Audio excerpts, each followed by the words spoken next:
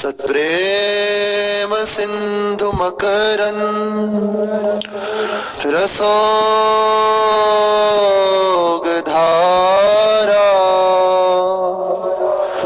सारा नज श्रमभिता श्रवदाश्रितेषु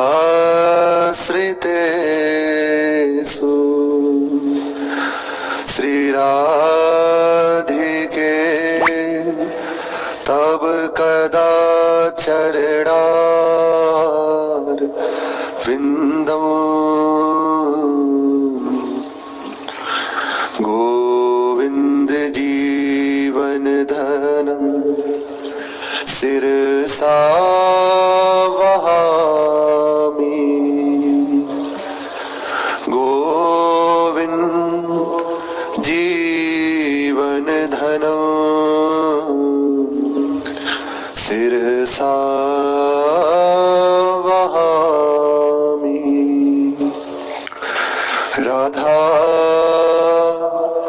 राधा राधा राधा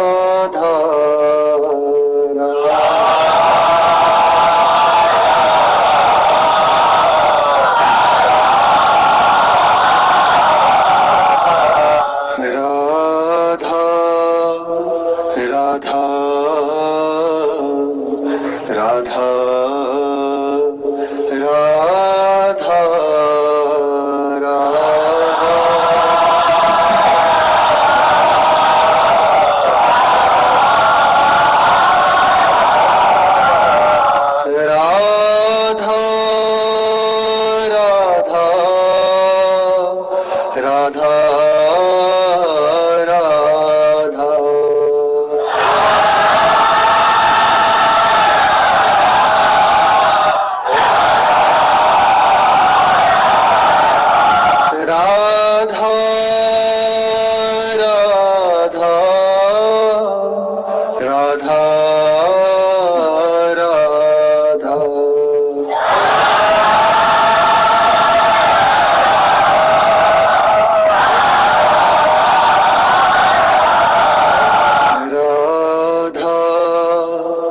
राधा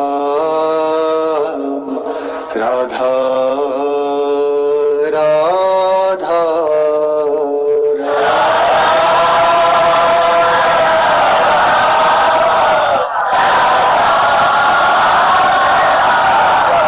श्री राधा वल्लभ लाल की जय। अपार करुणा वरुणालय अहेतु की कृपालु परम उदार महामहिमाशाली श्री वृंदावन धाम के आराध्य युगल सरकार श्री श्यामा श्याम, इनके सुख में सुखी समस्त सहचरी वृंद, धाम का समस्त परिकर निज परिकर। उपासक अपनी उपासना को भगवत कृपा से, हरि गुरु की कृपा से इतना परिपक्व कर ले कि कैसी भी परिस्थिति उसकी उपासना में अंतर न डालने पावे। हमारी उपासना इतनी दृढ़ हो जाए कि उसमें कैसे भी अंतर न पड़े, क्योंकि ये मार्ग ऐसा है जैसे जैसे आप आगे बढ़ेंगे हो सकता है बहुत प्रतिकूलता आपके सामने आने लग जाए, या हो सकता है आपको मार्ग से विचलित करने के लिए बहुत अनुकूलता आने लग जाए। जो भी कामना करी है वो आपकी पूरी होने लग जाए।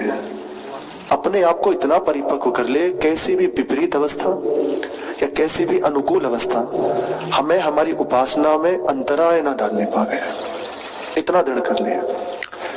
जौहरी जो होता है ना, जो जवाहरात आदि का कार्य करते हैं, उनका एक स्वभाव होता है, वे जिधर से भी निकलते हैं उनकी दृष्टि बस जेवर, जवाहरात, आभूषणों या जो रत्न आदि उन पर होती है।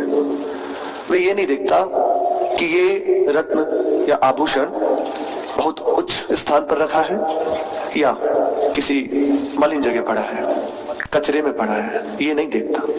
उसके हृदय की बस एक बात होती है, उसकी एक दृष्टि होती है, ये अमूल्य वस्तु है और मेरे कार्य की है। तो जहां से भी गुजरेगा, जिधर से भी गुजरेगा, जहां उसकी दृष्टि में वह ऐसा होता है कि जो स्वर्णकार आदि होते हैं वे अपने कूड़े को फेंकते नहीं है, और ऐसा सुना है कि उल्टी उनके यहां सोनी लगती है। क्यों करते हैं ऐसा? क्योंकि कुछ ना कुछ उसमें कण रहता ही है।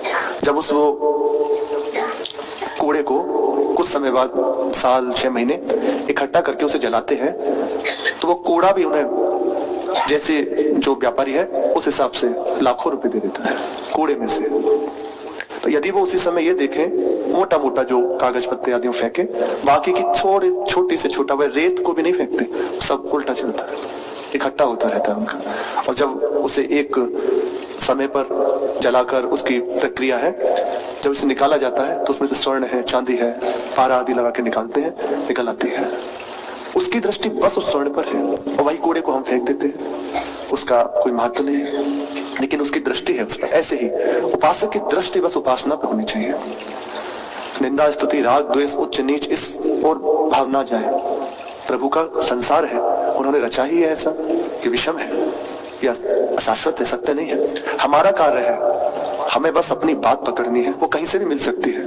कई बार पूज्य श्री महाराज जी ने बताया कि एक बार भ्रमण करते उन्होंने देखा एक मंदिर था, उससे कुछ दूरी पर एक शराब पिए हुए महाराज जी कहते हैं भगवान ही है, वे आए, उन्होंने कहा कि महात्मा बने हो? तो महाराज जी को कौतुक सूझा थोड़ा, हाँ चलो हमारे साथ, ले गए साथ। तो मंदिर के अंदर गए, अंदर से चल रहा है भगवान मुझे उपदेश देना चाहते हैं। महापुरुषों की दृष्टि बस, वे कौन है उससे मतलब नहीं, उनकी दृष्टि है। जैसे जौहरी की दृष्टि बस रत्न पर है, ऐसी उनकी दृष्टि है। प्रभु कुछ कहना चाहते हैं, कोई ना कोई महान बात है जो इसके द्वारा कहलवाना चाहते हैं, बस मुझे श्रद्धा पूर्वक उसका श्रवण करना, अपने जीवन में उतारना। देखो ये श्री विग्रह को दिखाया, काय के है, यद्यपि वर्णन नहीं करना चाहिए, वो अपराध है, श्री विग्रह में धातु बुद्धि अपराध है।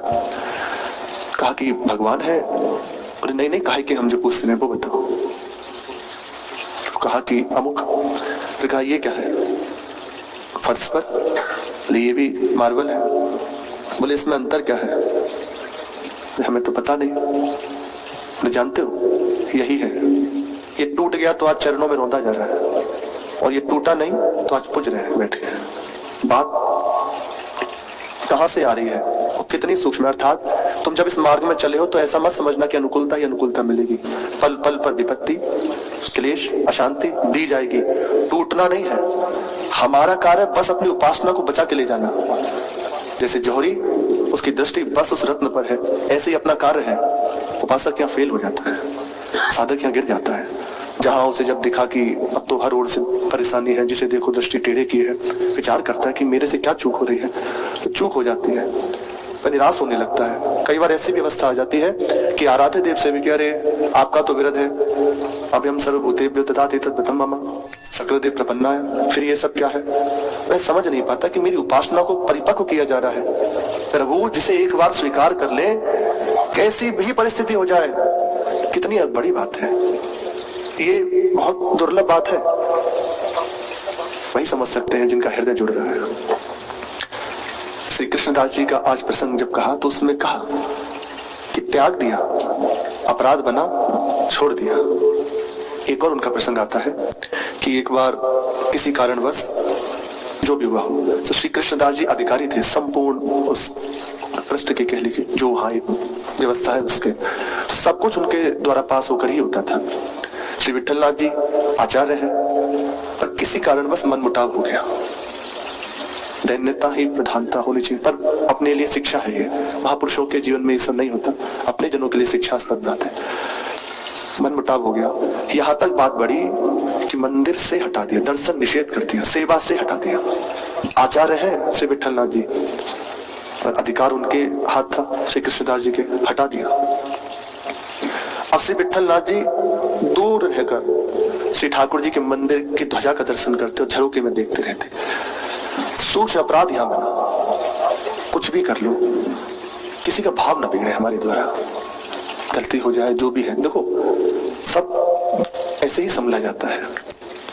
जो एकदम संभले दिखाई देते हैं या तो अवतारी महापुरुष है या भगवान ही है, पर गलतियों से ही सुधार किया जाता है। इसलिए यदि किसी की चूक दिखाई